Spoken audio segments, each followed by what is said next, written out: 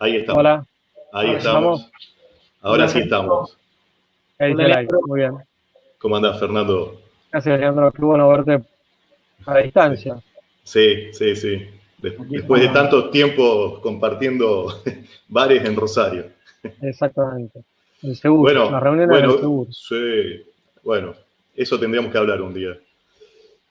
Bueno, Fernando, muchas gracias por estar acá en la posada errante. Te voy a pasar a presentar. Por invitarme. Te voy a pasar a presentar para quienes no te conocen. Seguramente hay mucha gente que está mirando que sí te conoce. Así que bueno, presento a Fernando Romero Moreno, tiene 51 años, esposo y padre de 4 hijos, abogado por la UNR, o sea, la Universidad Nacional de Rosario, profesor superior universitario por la Universidad Católica Argentina, realizó un programa de capacitación directiva con APTES y la Universidad Austral, fue director general del Colegio Sagrada Familia en Bellavista, es profesor de Antropología de la Educación y Fundamentos Pedagógicos de la Acción Directiva en la Escuela de Educación de la Universidad Austral, sede Rosario. Trabajó 22 años en el Colegio Los Arroyos de Rosario, siendo en los últimos 10 su coordinador de polimodal y luego director de estudio, así como también uno de los coordinadores de la licenciatura en Organización y Gestión Educativa en la Universidad Austral, sede Rosario, durante el 2010 y 2014. Fue consultor de los proyectos de religión de Expreso Bibliográfico Editorial Casals de España.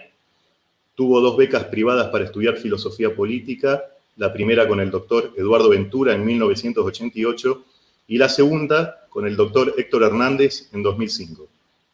Hizo estudios completos de filosofía en el Studium Generale de la Prelatura del Opus Dei. Es fundador del Instituto de Estudios Históricos Juan Manuel de Rosas de la ciudad de Rosario. Dictó varias conferencias y tiene innumerables publicaciones sobre temas históricos, políticos, culturales y religiosos. Recientemente acaba de escribir un libro, el cual tuve el privilegio de haber leído, Nahuel también, y que en poco tiempo va a salir a la venta. Así que vamos a hablar también de eso. Lo último que quiero decir, que como ya se habrán dado cuenta, estamos presentando a un amigo que para nosotros y para muchos es un referente vivo del pensamiento católico tradicional y nacional que combina de la mejor manera el saber y la acción. Así que, Fernando, gracias y empecemos esta charla. No, gracias a vos. Excesiva la presentación. Una sola corrección ya. De Antropología de la Educación no soy profesor desde el año pasado. Bueno. Porque hubo un cambio necesario que había que hacer y a mí tampoco me convenía seguir.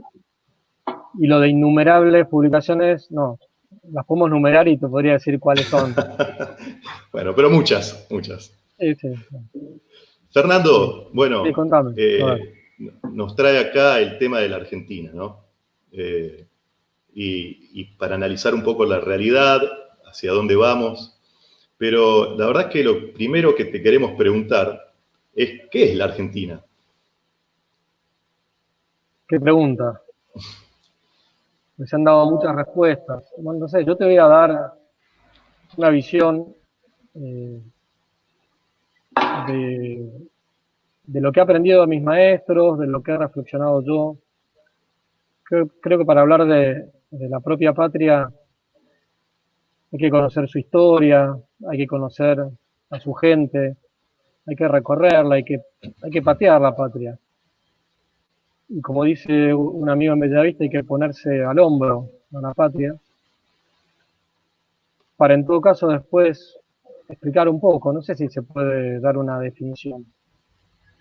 Tiene algo de misterio lo de la patria. Un gran pensador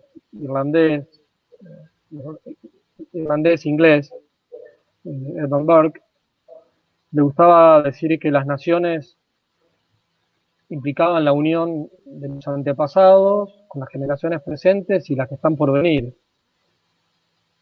Es decir, no tanto un misterio sobrenatural, más allá de que cada nación tiene su ángel protector, y como le gustaba decir al padre Escurra, una misión dada por Dios, una vocación, pero un misterio en este sentido que no podemos decir la Argentina es tal cosa y listo, y ya está, ¿no? Pero desde esa, digamos, o aclarando esas cuestiones, yo creo que hay que remontarnos un poco en el tiempo y darnos cuenta que nosotros como comunidad, la comunidad que hoy habita el territorio de la República Argentina, tiene 5 siglos de existencia. Es decir, desde los primeros pobladores que se fueron asentando aquí desde España y que se fueron mezclando en ese mestizaje étnico, cultural con las poblaciones aborígenes, se fue generando una comunidad que dio lugar primero a familias, después familias que se juntaron con algún fundador y dieron origen a una ciudad, en algún otro sitio a las misiones, aparecieron instituciones, colegios, universidades, hospitales.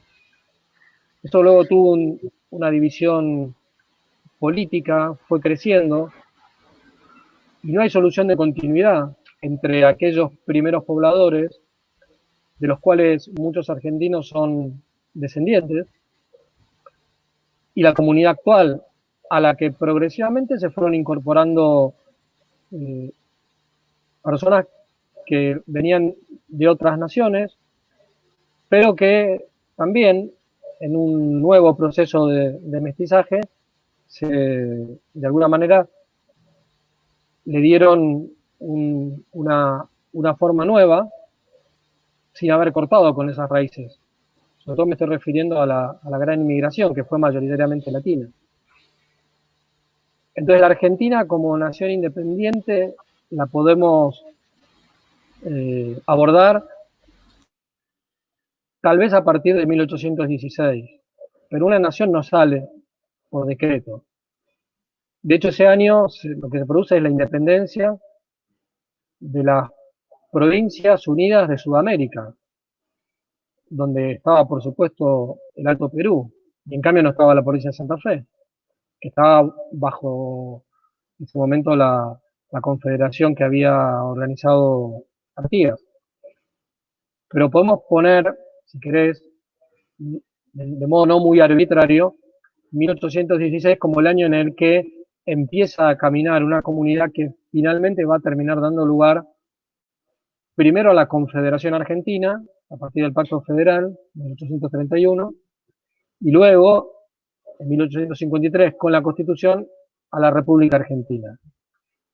Pero si queremos reducir la Argentina a eso, le estamos amputando 3 siglos de historia. 3 siglos en lo que están la fundación de nuestras primeras ciudades, pensada en Buenos Aires, en Santa Fe, en Córdoba, La Rioja, Catamarca, Salta, Tucumán, bueno, la primera de todas, Santiago del Estero, madre de ciudades, las provincias de Cuyo, que pertenecían en ese momento hasta 1776 a la Capitanía General de Chile, Mendoza, San Luis y San Juan, pero todos a su vez éramos parte del Virreinato del Perú. Estaríamos dejando de lado nuestras tradiciones folclóricas, que casi todas tienen origen en aquellos primeros 3 siglos. Gran parte de lo que explica nuestras costumbres políticas, nuestras instituciones políticas y jurídicas. Entonces no se puede amputar eso a la hora de definir la Argentina. Y te lo termino con una comparación que una vez hizo un amigo que tenemos en común, que es el doctor Marcelo Ullo. Él decía, ¿qué es Brasil? Brasil es el imperio de Portugal en América que no se dividió. No vamos a explicar ahora el por qué, pero eso fue, digamos, muy bien planificado por la Casa de Braganza, justamente para evitar la disolución del imperio. ¿Y qué es Hispanoamérica? Es el imperio español en América que se fragmentó en 20 estados. Nosotros somos uno de esos 20 estados.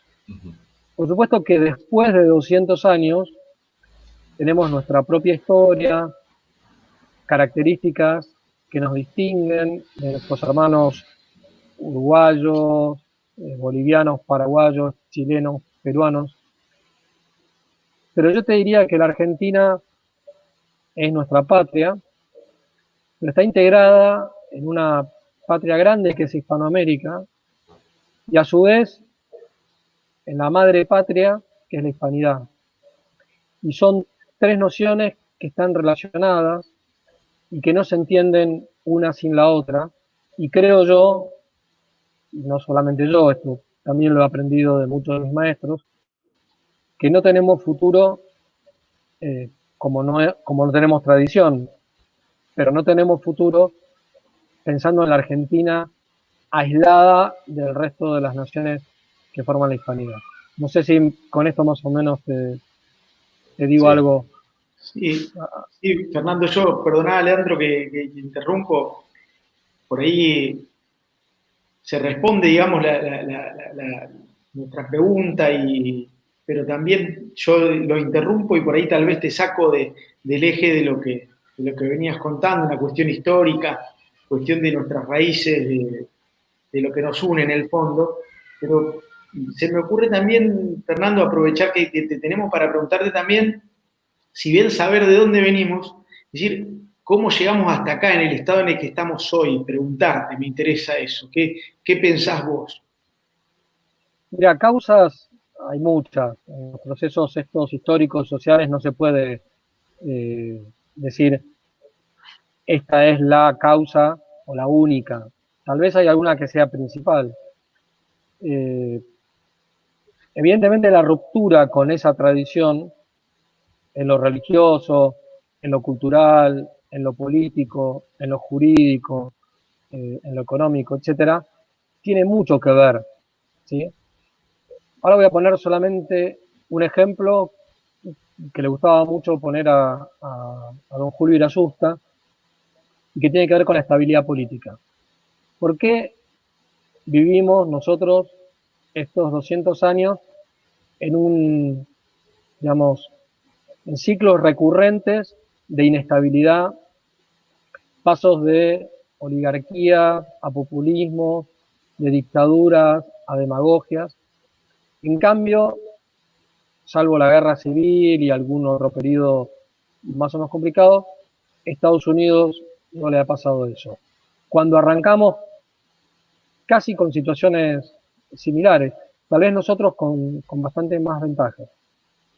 Bueno, una explicación es que a Estados Unidos no se le ocurrió, al independizarse de Gran Bretaña, tirar por la borda todo ese patrimonio, toda esa tradición política, jurídica, cultural, etcétera, que había recibido de Gran Bretaña. Simplemente la adaptó a un nuevo contexto, a un régimen de gobierno no monárquico, sino republicano, pero no una república parlamentaria, y mantuvo su tradición jurídica, el common law, mantuvo su respeto por la religión dentro del contexto propio norteamericano, que era el de un pluralismo religioso, porque habían nacido justamente huyendo de las persecuciones que había en Europa en ese momento y sobre todo en Gran Bretaña. Pero digamos, hicieron una revolución que diríamos hoy tiene ciertas características evidentemente liberales, sobre todo en algunos padres fundadores como Franklin o como Jefferson, pero que tiene un costado conservador bastante importante y que no se ha perdido hasta el día de hoy. O sea, una figura como Trump no surge, digamos, de la nada. En cambio, la Argentina, ya prácticamente desde antes de la Revolución de Mayo, que ni siquiera es la independencia todavía, ya hay una ruptura con nuestra tradición cultural, en lo filosófico, en lo teológico y en parte de lo político por parte de los Borbones. Y luego, cuando se realiza la independencia, hay un sector de los que participan de ese proceso, influidos en gran parte por el liberalismo iluminista francés, que quieren romper con todo ese, digamos, edificio de instituciones que a lo largo de 3 siglos se habían ido como asentando en la República Argentina y empezar de cero. Y en tecnología, lo último, si es de buena calidad, es lo mejor. En los procesos sociales es al revés. A la hora de hacer un cambio, tenés que pensar muchísimo, porque es muy fácil destruir y es muy difícil construir.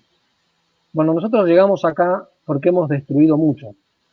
Entonces, no es tan sencillo intentar luego una estabilidad por el mero hecho del funcionamiento de una serie de reglas de juego o de una constitución con ciertas características o acuerdos de circunstancias entre partidos políticos, etcétera. Acá hay una raíz más de fondo, y me parece que también de esto íbamos a hablar.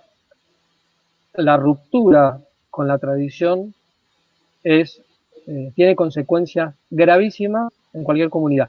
En la nuestra está muy claro. Gustavo Pibón decía, se puede saltar hacia el vacío, pero no se puede saltar desde el vacío. Bueno, nosotros hemos intentado saltar desde el vacío hacia el vacío. Bueno, y así estamos. Fernando, no sé si con eso está bien contestada la pregunta. Muchas veces hemos hablado que desde, no sé, desde 1806, desde las invasiones inglesas, uno ve 2 proyectos de país. Sí. ¿Eso vos lo podés comentar un poquito? ¿Cuáles son esos 2 proyectos? Mirá, yo creo que en realidad lo de los 2 proyectos, sin caer en algo maniqueo, diciendo este es absolutamente bueno sin mezcla de mal alguno, y el otro es absolutamente malo sin mezcla de bien alguno, ¿no? Eso no sería No, a grandes rasgos. A grandes rasgos, primero hay que ver la diferencia entre Austrias y Borbones. Ahí ya tenés una primera gran diferencia que va a influir posteriormente. Para hacerlo sencillo, después de las invasiones inglesas, y te diría hasta caseros, la gran diferencia pasa por unitarios y federales. ¿Sí? O sea, son muy diferentes en sus proyectos de país, en lo religioso, en lo político, en lo cultural, en lo jurídico. Por eso Juan Bautista Alberdi decía, no son 2 partidos, son 2 países. Y después, esto si querés, es una visión más personal.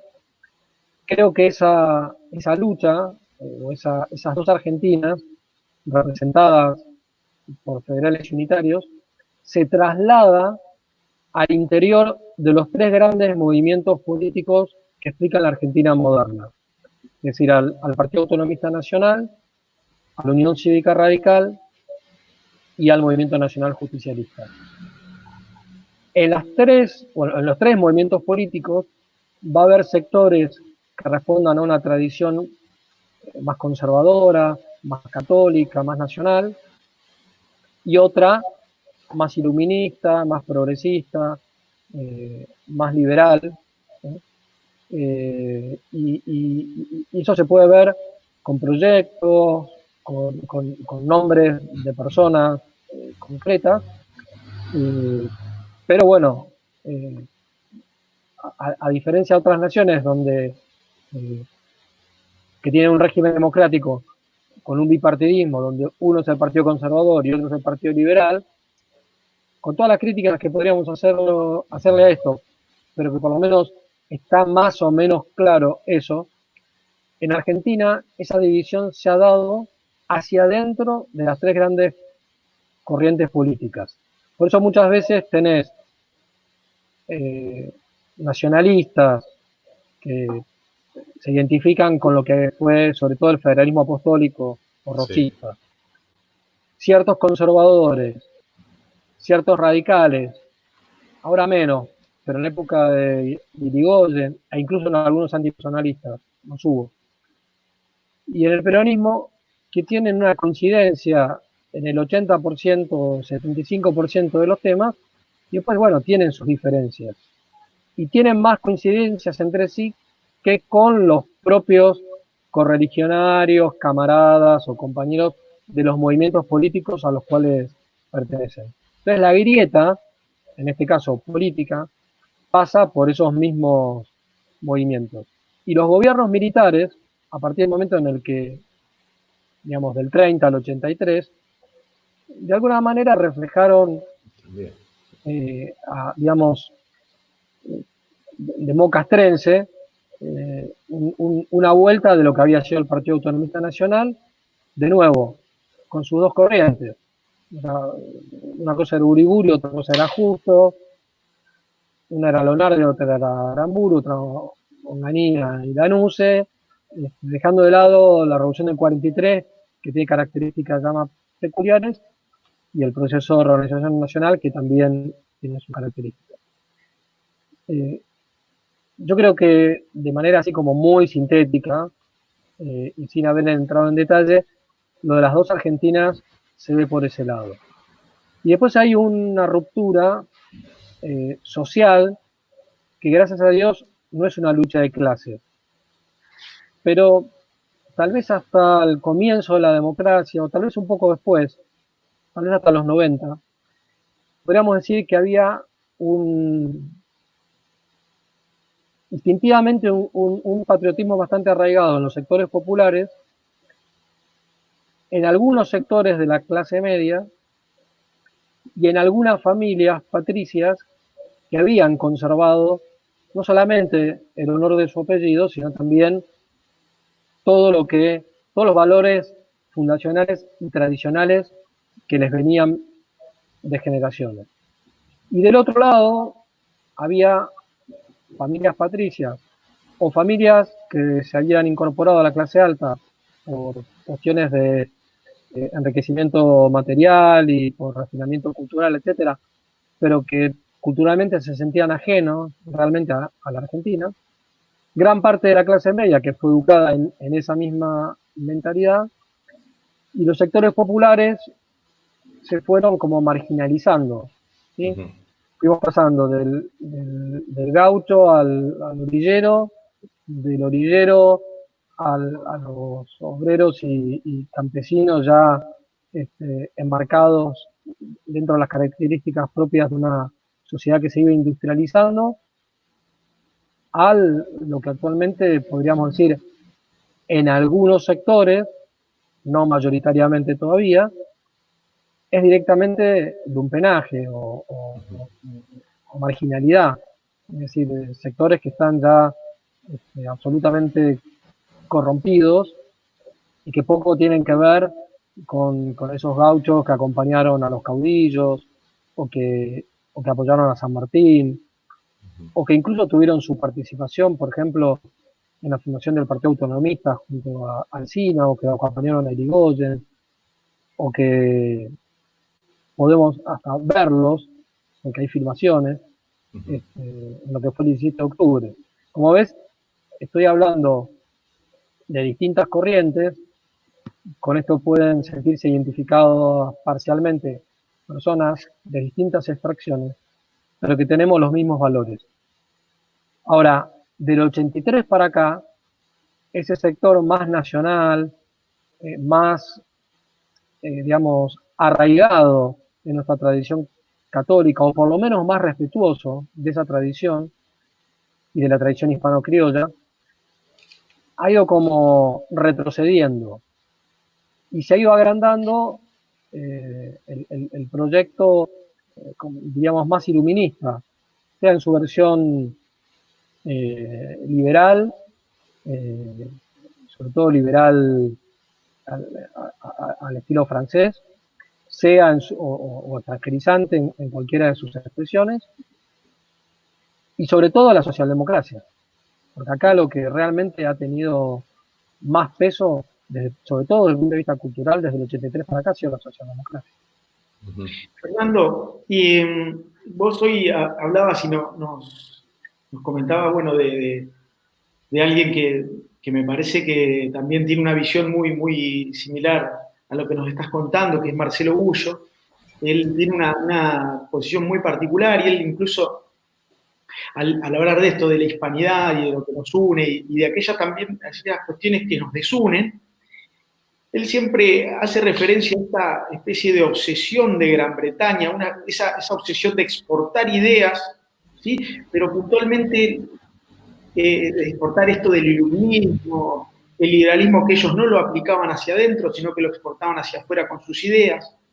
Y la pregunta va por este lado, Fernando, a ver si se puede contestar. ¿Por qué crees que Inglaterra pareciera que está obsesionada con nuestro país? O sea, no pasó en otros países, como si pareciera algo metafísico con nosotros. No sé si se comprende la idea.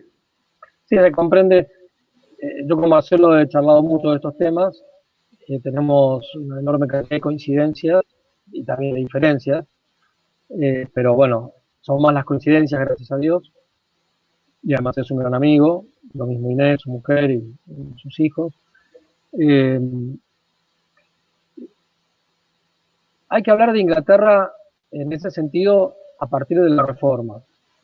Inglaterra no es la misma antes de la Reforma, o primero del cisma anglicano, porque en realidad la protestantización es un poco posterior.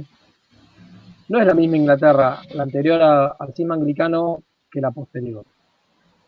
La Inglaterra que nace con el cisma anglicano nace rivalizando con la que en ese momento era la primera potencia hegemónica, que justamente era España.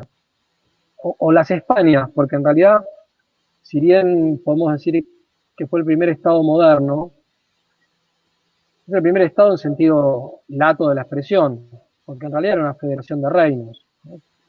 Castilla y León, Aragón, y Valencia, y las Indias, y luego Filipinas.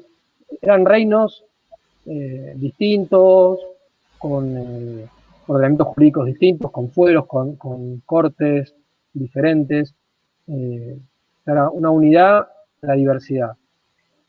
Evidentemente, a quien primero tenía que vencer Gran Bretaña, si quería posicionarse mejor política, geopolítica y económicamente, era España. De todas maneras, en esto voy a hacer un matiz que seguramente Marcelo debe pensar igual. El problema no es solamente Inglaterra. El problema es lo que él llama en su último libro sobre relaciones internacionales, las unidades políticas sin asiento territorial. Las comunidades políticas son unidades que tienen un asiento territorial. La Argentina, con sus provincias, sus fronteras, etc. Gran Bretaña, con su carácter insular, que la obligó a tener que aprovechar el mar, digamos.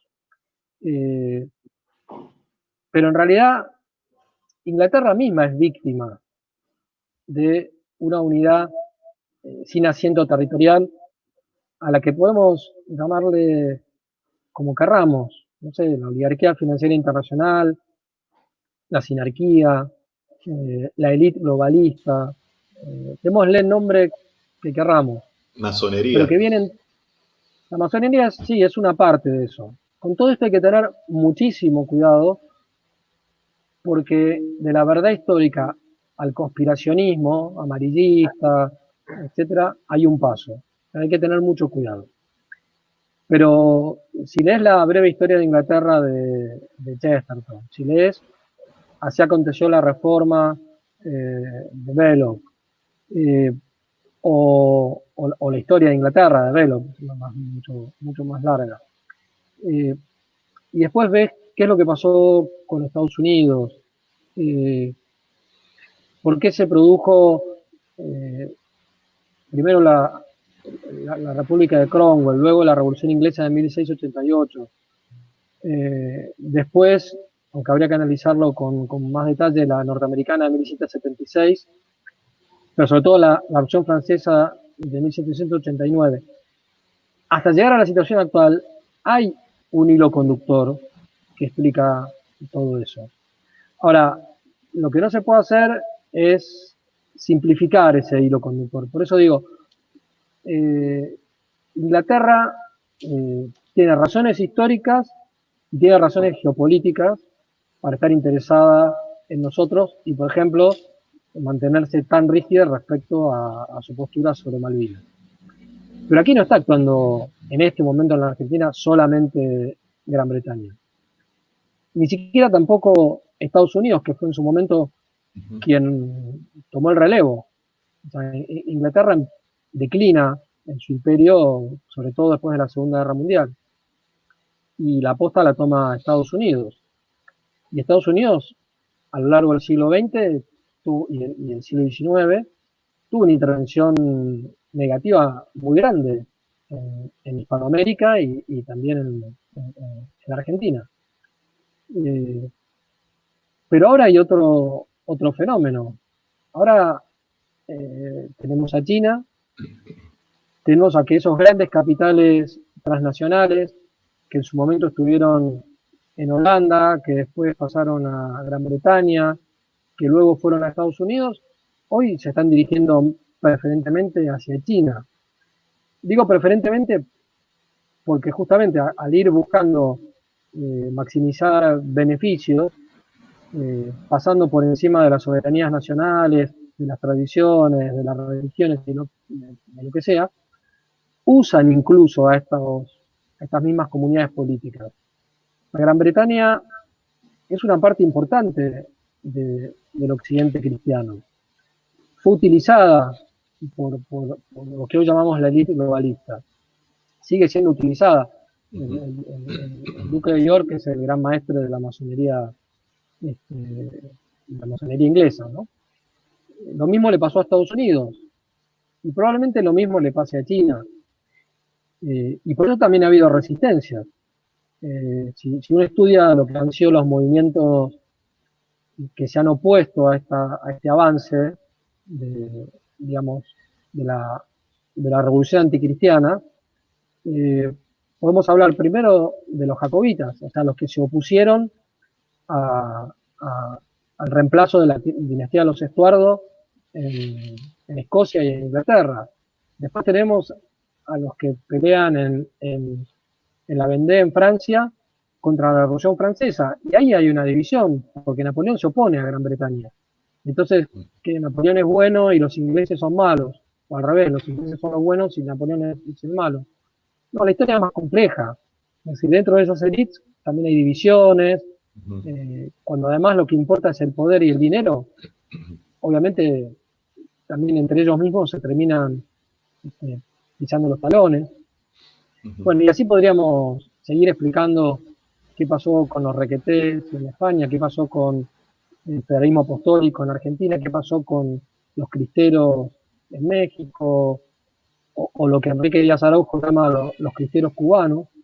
Y en cada lugar vamos a ver que en ocasiones es Gran Bretaña, y en otras ocasiones son otros poderes. Esto solamente a título de conjetura, pero aunque algunos revisionistas históricos lo plantean. Yo creo que Stalin estuvo aliado, por ejemplo, a esa élite globalista, y en un momento se cortó solo, y entonces cuando se cortó solo lo dejaron caer, o lo mataron. Algunos directamente dicen que lo mataron. Eso no lo convierte en bueno. Stalin tal vez ha sido de los tiranos más grandes que ha tenido en la historia de la humanidad. Y mucha gente todavía no lo sabe. Pero algo raro pasó ahí para que de un día para el otro desapareciera y vino Nikita Khrushchev y apareciera todo el asunto de la coexistencia pacífica, y Occidente, que tenía en Estados Unidos, en algunos sectores de Estados Unidos, grupos fuertemente anticomunistas que realmente querían defender a Occidente, querían defender a Estados Unidos y querían defender la causa de libertad, sin embargo no podían influir. Claro. Y tenían más peso los que terminaban pactando con la Unión Soviética. Por eso también es muy raro el fenómeno finalmente de la caída de la Unión Soviética. Yo no niego la importancia que haya tenido la figura de Gorbachev con la perestroika, la que haya tenido Reagan con su política fuertemente anticomunista, para haber tenido Juan Pablo II, por mencionar a 3 personajes claves. Pero lo que es curioso es que cuando cae la Unión Soviética y todos los países satélites de la Unión Soviética, salvo Ceausescu y alguno más que tal vez me olvide, a Ceausescu lo matan y algunos lo someten a juicio, al resto no se le hace ningún juicio por lesa humanidad, todos se convierten en miembros del Partido Socialdemócrata y Gorbachev pasa a trabajar para las Naciones Unidas en uno de los ejes del proyecto globalista, que es la Carta de la Tierra. Claro. Entonces, no hay que ser conspiracionista, pero sí hay que averiguar qué pasó, porque es muy raro que alguien que fue de la KGB, premier de la Unión Soviética, responsable de numerosos crímenes de los que llaman ahora de lesa humanidad, y que sin embargo esté visto como una especie de casi premio Nobel. ¿No? Claro, claro. Hay una frase, Fernando, perdón, Leandro, que te interrumpo, y perdón que me caí y volví. Hay una frase en España, yo se la escuché a Fernando Paz, que es un historiador de economía, que se le atribuyen a un intercambio que tuvo, dice Felipe González con Gorbachev, que fue que le dijo por qué fracasó la Unión Soviética, por qué fracasó el comunismo. Dice que Gorbachev se dio vuelta y le contestó con una cara, digamos, inamovible, y le dijo: lo que falló no fue el comunismo o la Unión Soviética, sino que lo que falló fue el hombre. O sea, en algún punto lo interesante de esto es cómo, cayendo la Unión Soviética, que tenía que ver con la charla que tuvimos en la anterior reunión que tuvimos en la posada, cómo sobrevivió, más allá de la caída, la idea, ¿me explico? Y supo, reciclarse, si se puede decir.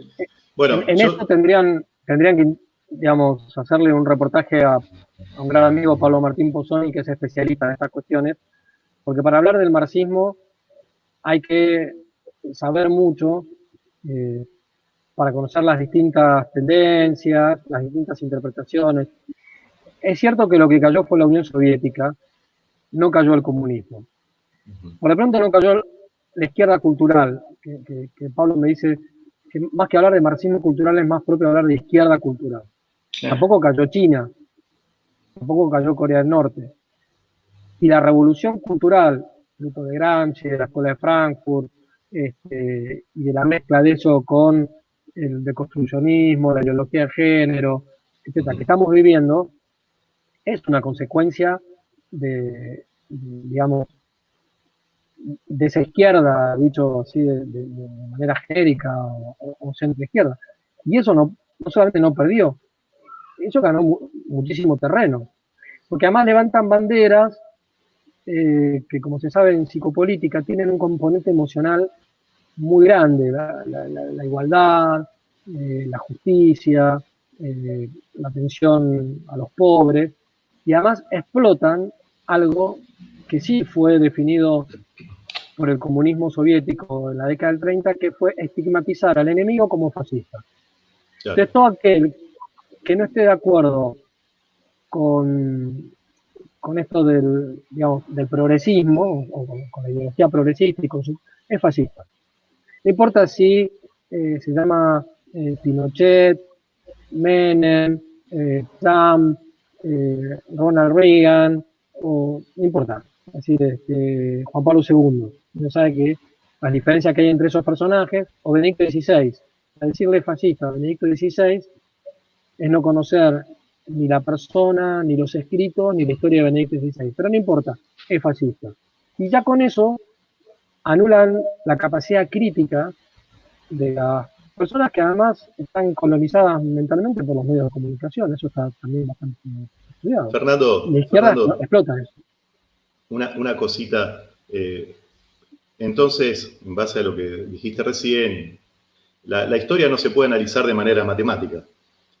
Para nada. Para nada. ¿No? Eso es por lo menos un mal que yo noto que es muy común, ¿no? Digamos, todo bueno de un lado, todo malo del otro. Yo creo que la manera de analizarla es partir de aquel non-Serbian luciferino y ver cómo se fueron desarrollando los hechos en línea a eso, ¿no? Entonces, uno puede ver la Revolución Francesa, ¿no? Bueno, la Reforma, la Revolución Comunista, y vos mencionaste al pasar que a partir de 1983 hay una bisagra, ¿no? Es esta socialdemocracia subordinada voluntariamente al nuevo orden mundial. Y en el libro que vos escribiste, que se llama La Nueva Derecha, que como dije ya lo leí, vos estas cosas las marcás y mostrás cómo no es algo que le esté sucediendo solo a la Argentina, sino a esos que en su momento eran imperios, ¿no? Entonces, Estados Unidos, Inglaterra, lo que se ve es como ese poder internacional, que podría ser el poder internacional del dinero, ¿no? La sinarquía, el nombre que le pongamos, utiliza a algunos países en algunos momentos como sede, pero no está en ese país, es algo superior a ellos, ¿no? Puede estar un tiempo más o menos largo, hasta que le puede sirve. Incluso estar identificado con sectores de poder importantes, pero cuando no le sirve más, esa unidad política territorial deja de tener importancia o tiene menor importancia. Bueno, a lo que voy es que estoy viendo que hay una reacción a nivel mundial. Por ejemplo, Trump es una reacción, sin que con esto queramos decir que es San Luis Rey de Francia, pero es una reacción. Vemos el caso de Bolsonaro, vemos el caso de Vox en España, de Orbán en Hungría y otros. Vos en la Argentina, ¿qué estás viendo? ¿Y qué pensás, cómo pensás que sería el modo de hacerle frente a este globalismo digamos, que trae la izquierda cultural, la socialdemocracia y el mayor estatismo, quitando las libertades básicas de las personas? ¿Qué decís? El globalismo en realidad es un poquito más amplio, porque el proyecto de una sociedad global, no me refiero a la globalización necesariamente económica o de las comunicaciones, que puede tener y tiene sus aspectos positivos, pero la idea de pasar por encima de las naciones, de las religiones, etcétera, etcétera, no es exclusivamente de la izquierda. De hecho, cuando cae la Unión Soviética y se produce la primera guerra del Golfo, George Bush padre habla de un nuevo orden mundial. Para hacértela simple, yo creo o veo detrás de los globalistas dos tendencias. Una que tuvo como bastante vigencia hasta poco después de las Torres Gemelas, hasta la llegada de Obama, ¿sí? Es la de los neoconservadores. Los neoconservadores siguen queriendo una globalización, pero en la cual la hegemonía la sigan ejerciendo a través de los Estados Unidos, ¿sí? A diferencia de los paleoconservadores, no son tradicionalistas en materia cultural, aunque a veces algunos puedan estar en contra del aborto o defender algún valor tradicional, pero no tienen la fuerza que tienen los paleoconservadores. Son intervencionistas en política exterior, cosa que los paleoconservadores no lo son. Son grandes defensores de la intervención de Estados Unidos en el Medio Oriente y de la alianza de Estados Unidos con Israel, que también es muy criticada tanto por los paleoconservadores como por los llamados paleolibertarios.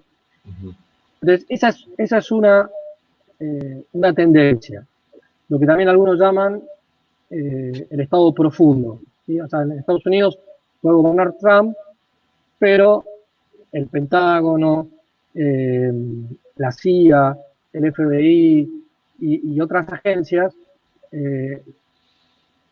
tienen relativa autonomía en muchos casos, incluso, bueno, la Reserva Federal, hay que ver ahora con esta maniobra que ha hecho Trump de subordinarla al Tesoro, pero es evidente que el presidente de Estados Unidos tiene un peso importante, pero está bastante condicionada. Los neoconservadores, en su momento Irving Kristol, el padre, ahora Irving Kristol Jr., Samuel Huntington, Fukuyama, y toda esa gente, tienen peso y tienen mejores conexiones con toda la intelectualidad y con toda la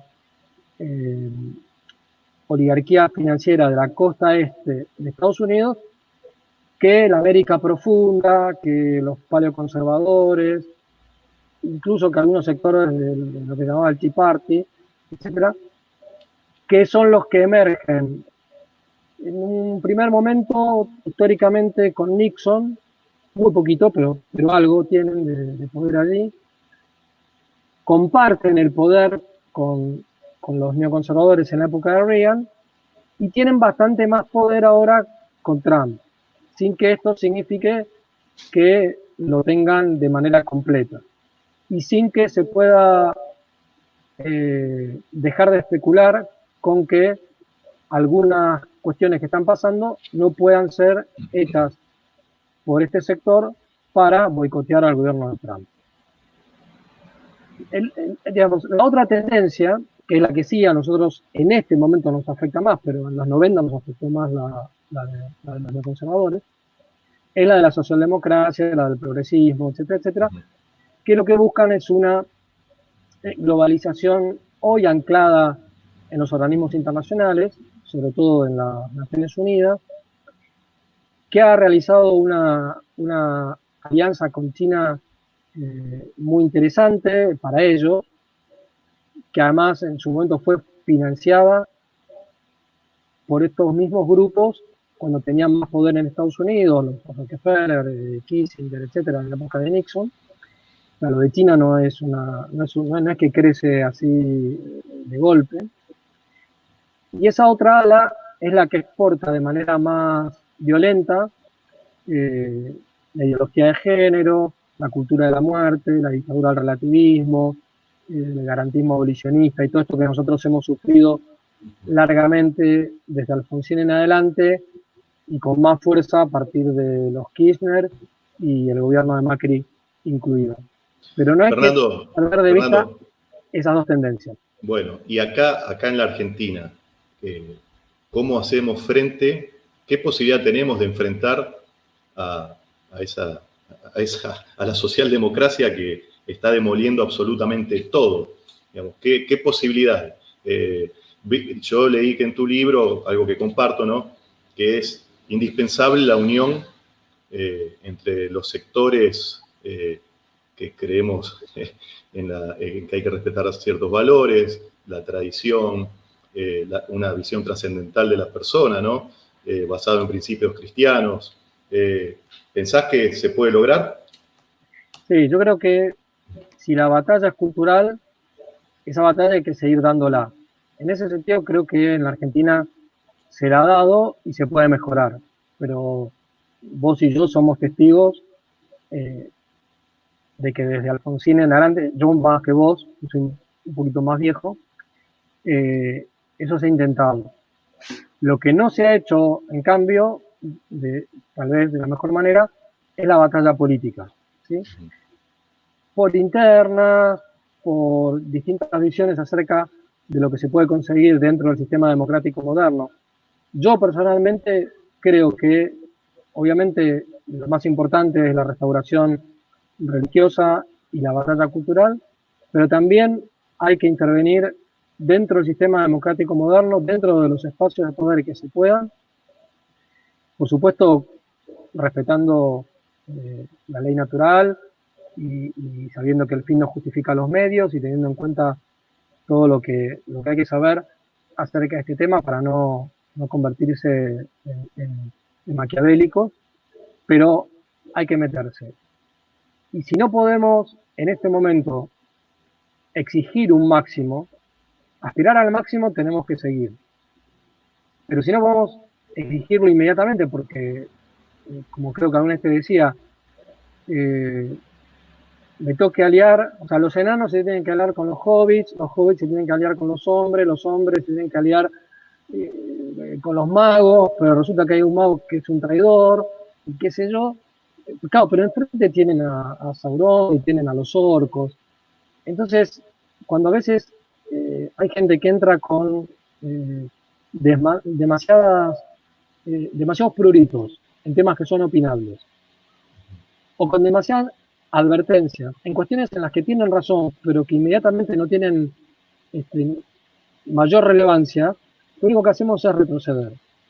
Entonces, mi opinión es que nacionalistas, voy a poner unas etiquetas, pero simplemente para que se entienda didácticamente. Sí. Nacionalistas católicos, liberales clásicos, culturalmente conservadores, o sea, no iluministas, no influenciados por la Revolución Francesa, no extranjerizantes. Conservadores, tradicionalistas que no son nacionalistas, que también los hay, con los que habitualmente peleamos por si las independencias americanas fueron legítimas o no, y qué sé yo. Peronistas ortodoxos, no de los que están sumados a la corrupción, sino, bueno, vos y yo tenemos amigos que vienen del peronismo ortodoxo, bueno, Marcelo Ogullo es uno de ellos, pero hay muchos más, que podemos coincidir en un mínimo y dar la batalla no solamente cultural, sino política, por ese mínimo, creo que lo tenemos que hacer. Y ese mínimo, en realidad, es un máximo para la sociedad actual. O sea, estamos poniendo el listón bastante alto. Si vos decís que vamos a defender los valores tradicionales, Dios, patria, hogar, que vamos a defender el sistema republicano como debe ser, y vamos a defender un sistema de representación que le corte las alas, al menos parcialmente, a la partidocracia. Que queremos un federalismo descentralizado, un federalismo que implique una autonomía real de los municipios. Y queremos defender la soberanía política frente al globalismo internacional. Que queremos darle más participación a los cuerpos intermedios, según aquello que muy bien dicen los carlistas, más sociedad y menos Estado, ¿no? Bueno, todos los que estamos de acuerdo con esto, que por supuesto tenemos diferencias, porque los nacionalistas somos más proteccionistas y los liberales no lo son, los tradicionalistas y los nacionalistas católicos aspiramos a un Estado confesional en sentido pleno, en mi caso con libertad religiosa bien entendida, otros dirán con tolerancia religiosa, en cambio un liberal dirá, bueno, no, yo me conformo con una laicidad aconfesional, bueno, macanudo, pero hoy por hoy ese máximo al que cada uno puede aspirar es imposible. Si los que son de la escuela austríaca quieren llevar de hoy para mañana lo que Mises o Hayek o Rothbard o pensaban sobre la política y la economía, no lo van a poder lograr. Creo que con una economía social de mercado van a estar bastante conformes. Y nosotros, que tal vez quisiéramos no un corporativismo al estilo fascista, sino tal como lo planteó Pío XI en la 40º ano, con algunas ideas distributistas y por supuesto con una aplicación del principio de subsidiariedad que haga que no se confunda nacionalismo con estatismo. Sabemos que si quisiéramos eso, hoy tampoco lo podríamos lograr. Pero en cambio, un modelo como el de la economía social de mercado alemana tiene bastantes de esos elementos que nosotros queremos. Bueno, tenemos ahí entonces un camino en común a recorrer y en el cual podemos plantear de alguna manera una opción de salida económica para la Argentina que esté distante tanto de ese liberalismo más extremo, más individualista, como del populismo, del estado de bienestar que te protege de la cuna a la tumba y te quita todas las libertades. Y como eso, podríamos hablar, en mi opinión, política única que existe en ese momento para poder trabajar en ese sentido, ese mínimo común denominador, respetándonos como personas, a pesar de pensar distinto en otros temas, y conociendo que tenemos diferencias en otros temas, es nos. Es decir, la aparición de nos en el horizonte político argentino ha permitido que se nucleen personas que vienen de estas distintas tradiciones y que pensamos en muchas cosas lo mismo. Fernando, yo te interrumpo porque viene justo a colación con lo que estás hablando. Voy a unir dos preguntas que pueden ir, ¿no?, de la mano, me parece. Justo que vos incluso mencionabas a nos en particular. Una pregunta de Marta Bosquio, que esto que vos decís de encontrar este punto en común, ella dice, si no, o sea, ¿cómo se puede recuperar el sentido común? Si no es lo que tenemos que recuperar frente a todas estas ideologías, el sentido común, que me parece interesante, o sea, que ese mínimo por lo menos sería recuperar el sentido común frente a todas estas ideologías que existen y que nos dicen que la piedra negra es blanca y tenemos que creer que es eso. Y en particular por el tema de nos, ¿cómo ubicás vos a Gómez Centurión en el espectro y en las alianzas que ha logrado? Mira, a ver, el sentido común, como se ha dicho muchas veces, es el menos común de los sentidos. Y ahora ya ha circulado mucho en las redes aquello de Chesterton: llegará un día en que habrá que desenvainar las espadas para defender que el pasto verde es verde, o las hojas verdes son verdes, ¿no? Bueno, hay que recuperar, sí, el sentido común. ¿Qué familia es la que es conveniente para el bien común de la comunidad política y para la educación y formación de los hijos? La familia monogámica y heterosexual. El que en su casa adentro quiera hacer otra cosa, el derecho no impone todo lo que impone la moral. El artículo 19 de la Constitución es muy claro, ¿no? Es decir, las acciones privadas de los hombres que de ninguna manera afecten derechos de terceros, el orden público y la moral pública, quedan exentas de la autoridad de los magistrados y sujetas al juicio de Dios. El artículo 19 no está diciendo da lo mismo, no está diciendo la homosexualidad privada está bien. Lo que está diciendo es está exenta de la autoridad de los magistrados. Ahora, si lo que se quiere es que se le dé el mismo valor a una unión homosexual, de hecho, que al matrimonio heterosexual y monogámico, bueno, eso es perder el sentido común. Porque a la comunidad política lo que le interesa son familias. Y familias que puedan tener hijos, porque, sobre todo en Argentina, tenemos que poblar el territorio. Y además, un niño necesita padre y madre. Entonces, si ustedes me vienen a decir ahora, no, bueno, pero en realidad el sol no es el sol es la luna es el sol, todo es una construcción social, y por caridad los escucho, por caridad dialogo, pero si tuviera que actuar con rigor intelectual, y en algunos casos hay que hacerlo, hay que decir lo que decía Aristóteles: cuando se niegan los primeros principios, no hay nada más que dialogar, es como hablar con una planta. Pero si yo niego el principio de no contradicción, o niego la analogía del ser, o la distinción real entre quien conoce y la realidad conocida, o el principio de causalidad, no hay nada más que discutir.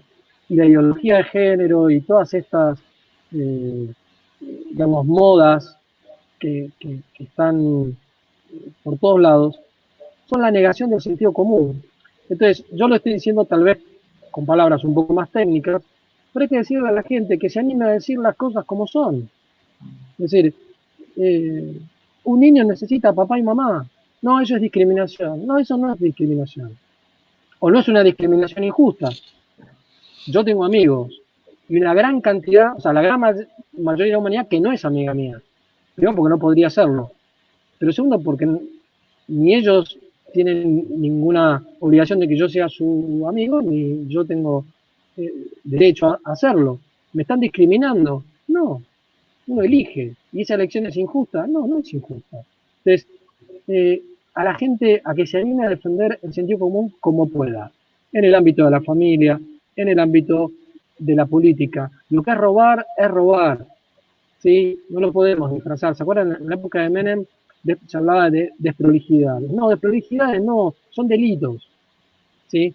Se liberaron presos porque por una cuestión de salud pública. Bueno, eso es no cumplir con el Código Penal, eso dejar impune delitos. Además se han liberado presos que tienen un historial, un prontuario bastante frondoso, digamos, ¿no? Bueno, eso respecto al tema del sentido común, podríamos poner un montón de ejemplos, pero yo animo a que la gente que todavía tiene sentido común, que lo defienda con las palabras que le salgan. Después, si necesita ayuda, obviamente hay muchos que podemos dar una mano en distintos niveles. Y hay que animarse, además, porque el sentido común uno lo puede defender entre sus amigos y no pasa nada. A veces sí pasa. En su familia y no pasa nada, a veces sí pasa. Pero ya defenderlo en el trabajo, en un colegio, en un tribunal, en un sanatorio, en el Congreso, en un ministerio, ahí ya es más difícil. En una parroquia, ¿sí? Porque uno corre hoy el riesgo de perder el trabajo, de que te pongan una multa o de que vayas preso. Bueno, ese riesgo hay que correrlo si queremos defender el sentido común. Y respecto a lo que me decís de Juan José, bueno, lo que yo te expliqué antes, en realidad lo pienso así hace, diría, casi 30 años. Un pequeño folleto que escribí en el año 94 ya tenía un poco estas teorías, desde el nacionalismo, pero abriendo el juego al diálogo con estos otros sectores. Pero Juan José lo ha expresado de manera como muy didáctica y muy sencilla. Dice, nuestro partido es un partido de derecha. Lo dice no para entrar en la cuestión de si derecha, izquierda es lo más académico, es simplemente para decir, bueno, del otro lado, ¿quiénes están? Los progresistas, la izquierda. Bueno, nosotros no somos el centrismo buenista que va a dialogar. Nosotros somos la derecha y tenemos estos valores y los defendemos y macanemos. Punto. ¿Y esa derecha cómo la entiendo? Bueno, la entiendo formada por los liberales que defiendan la vida, por los conservadores y tradicionalistas que no confundan el juego de la tradición con la ceniza, y por los nacionalistas que no identifiquen necesariamente a la nación con el Estado. Me parece que es una síntesis bastante clara, que luego yo en el libro de la nueva derecha, de algún modo intenté glosar, explicar, pero es obviamente mi interpretación, no es la interpretación de Juan José. Pero creo que se refieren a eso. Fernando, yo creo que la mejor ilustración la diste citando a los personajes del Señor de los Anillos, ¿no? Así nos encontramos. Sí. Bueno, es un libro que me marcó mucho y me gustó mucho cuando lo leí así. Claro.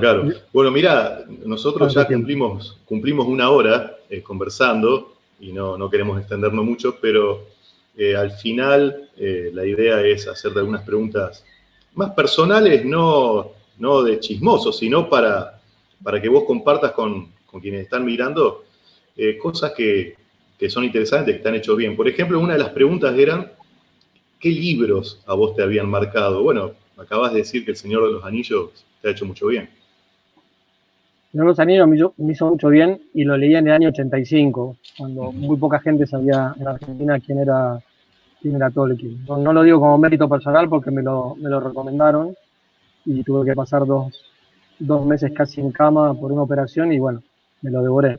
A partir de ahí me convertí en un fanático de Tolkien. A ver, algunos libros. Yo te diría, en política, un libro que me marcó un antes y un después es el ensayo sobre el orden social de Félix Lama. Un libro que me armó la cabeza para poder entender bien la realidad política ajena a cualquier tipo de ideologismo, incluso tradicionalista. Es un libro clave. En literatura, El Señor de los Anillos, y otro libro interesante es Adán Buenos Aires, de Leopoldo Marechal, lo que recomiendo vivamente. en mi opinión, tal vez el mejor libro de la literatura argentina. En religión podría decir Ortodoxia de Chesterton. He leído muchos libros de teología y espiritualidad, pero la verdad que Ortodoxia es un libro al que uno vuelve, incluso hasta para recuperar el sentido del humor, ¿no? Sí. Chesterton es absolutamente saludable, incluso psicológicamente recomendable. Bueno, y después una novela histórica muy importante, y sobre todo para nosotros que en la Argentina nos definimos como tradicionalistas o conservadores o que sea republicanos, es un libro de Taylor Cadwell, una novelista historiadora norteamericana, sobre la vida de Cicerón. Ahora se me fue el nombre del libro, pero ya me va a salir. Digo que es importante porque, si bien tiene estilo de novela, ella estuvo 12 años estudiando en Atenas, en el Vaticano y en New York, todos los archivos que había sobre Cicerón, y es un libro que tiene rigor histórico más allá de la tesis que ella tiene sobre Cicerón, ¿no? Se llama,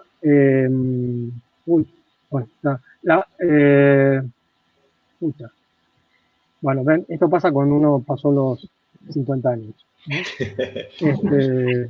Ya me va a salir. Te saco de la pregunta. Perdón, adelante. ¿Cómo? Voy a hacer otra pregunta, pero termina. Perdona, Fernando, perdona. La columna de hierro, ahí está. La columna de hierro de Taylor Cadwell. Lo recomiendo vamos a anotarlo. vivamente. Lo se pueden bajar por internet incluso. Y en historia argentina, obviamente habría mucho, pero un libro bastante recomendable es Nuestra tradición histórica de Federico Ibarburu. Esos libros, yo diría que a mí me han influido bastante. Obviamente podría nombrar muchos más, pero creo que no es la idea, ¿no? Yo quiero, perdón Leandro y Fernando, por ahí te voy a romper la tónica con la que venimos. Yo sé que estamos medio, pero no quiero dejar de hacer esta pregunta, Lea, ya que estamos en esta posada por ahí, aprovechar porque se filtró ahí la pregunta y es pertinente, me parece. Hablando esto del sentido común que hablábamos hace un ratito, ¿no? ¿Qué pasa con esto de la pandemia? Es decir, con lo que estamos viviendo hoy. Perdóname que te saco del eje, Fernando, pero me parece que la habían hecho y no quería que pasara. ¿Qué pensás vos respecto a esto? A ver, hay que ser bastante prudente al hablar de este tema, porque circula de todo, desde el discurso hegemónico, que hace agua en algunas cuestiones, hasta 4 o 5 hipótesis que, en vez de presentarse como tales, como hipótesis no comprobadas o como conjeturas no corroboradas, como le gusta a cada uno decir esto, se presentan como la explicación, ¿no? Entonces, que evidentemente estamos ante una situación grave desde el punto de vista de la salud pública, que va a afectar y ya está afectando vidas humanas y la economía de muchos países, eso es una realidad que para mí no tiene mayor discusión. El tiempo dirá cuál fue la trascendencia real de esto, cuáles fueron la cantidad de muertos que murieron con coronavirus, por otras razones, y los anotaron por coronavirus. A mí la verdad que cuando dicen que en todo el mundo están haciendo figurar a las personas muertas por coronavirus, aunque no mueran por eso, la verdad que me suena un poco raro, porque es muy difícil controlar a tanta cantidad de médicos, enfermeras. Es verdad que hay bastante censura, sobre todo en Facebook, en Google, en las redes sociales, pero de todas maneras negar absolutamente que estemos ante una pandemia no me parece que sea demasiado serio. Eso por un lado. Sobre las hipótesis acerca de cómo surgió esto, bueno, hay que manejarla como tales. puede haber sido un ensayo de laboratorio y un accidente, y sí, puede ser. ¿Hay elementos para poder afirmar eso? Algunos. Puede ser una guerra biológica desatada por China en colusión con la Organización Mundial de la Salud para perjudicar a Trump en medio de esta guerra comercial y geopolítica en la que están metidos, y tal vez como parte de forzar el globalismo hacia el sector más progresista. Sí, puede ser, y hay bastantes elementos para poder pensar que sea eso. Pero no hay pruebas contundentes como para poder decir esto es, o sea, en ciencias sociales y mucho más en este tipo de análisis nunca se puede decir esta es la verdad absoluta. En todo caso, esto es lo más verosímil. Pero acá ni siquiera estamos ante una conjetura corroborada, estamos evaluando hipótesis que tienen un cierto fundamento.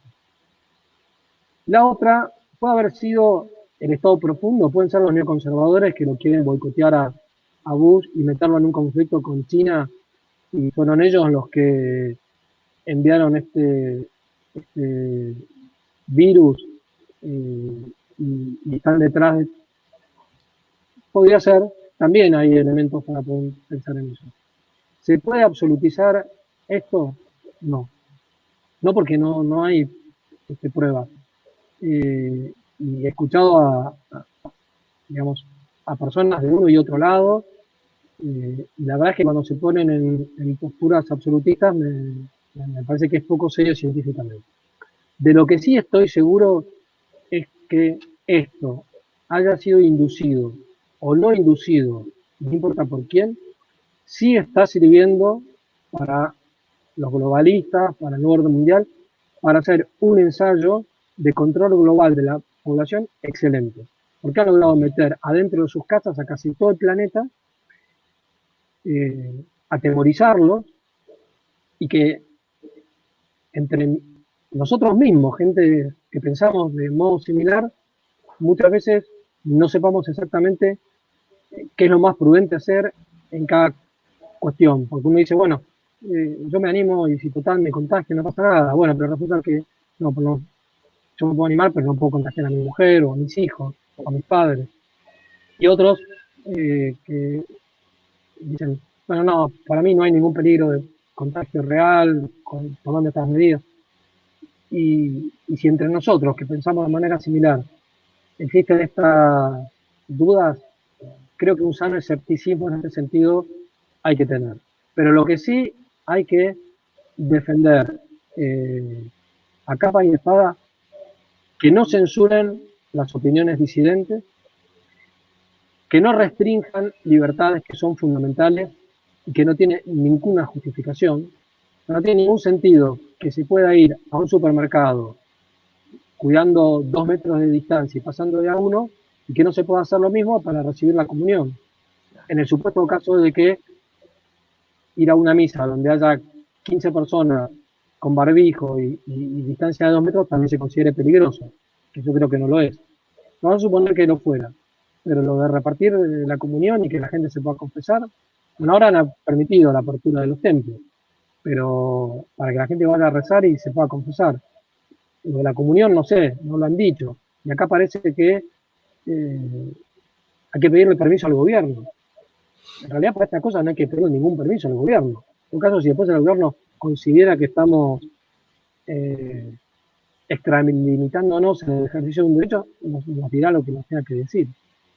Pero bueno, yo creo que habría que, en ese sentido, pedir que se respete la libertad religiosa, pedir que se respete la libertad de expresión, pedir que se respete lo máximo que se pueda la libertad de circulación, y que en la medida de lo posible todo lo que se pueda reactivar de la economía se reactive, porque si no, el problema que vamos a tener va a ser muy grave. Yo, hablando con algunas personas conocidas, me decían, no, pero vos sos insensible, no te preocupa la cantidad de gente que está muriendo. Y decía, no, es que justamente porque me preocupan los que están muriendo por coronavirus, me preocupan los que están muriendo con coronavirus, me preocupan los que están muriendo y no se sabe por qué. Me preocupan los que se están muriendo y no están siendo atendidos porque les pospusieron los turnos, porque no se animan a ir a un hospital público, o porque directamente en algunos lugares hay enfermedades que se han postergado, que no se están tratando. O sea, me preocupan todas las personas.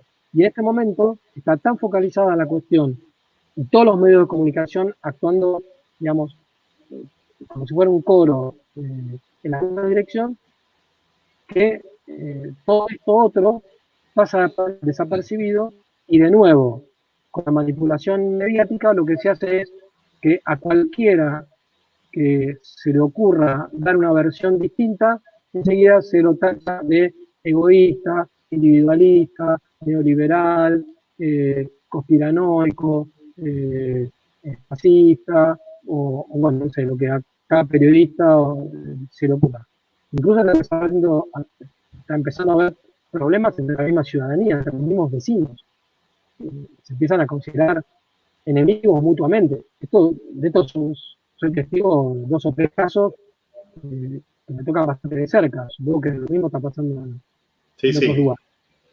Entonces, sentido común, no pensar que esto es toda una conspiración y que es toda mentira, porque no parece que lo sea, pero al mismo tiempo, ojo, porque la verdad es que han logrado ese control de la población y si por el miedo a este virus lo han podido hacer tan rápida y eficazmente, mañana te inventan otra cuestión que está inventada y te vuelven a meter. Sí.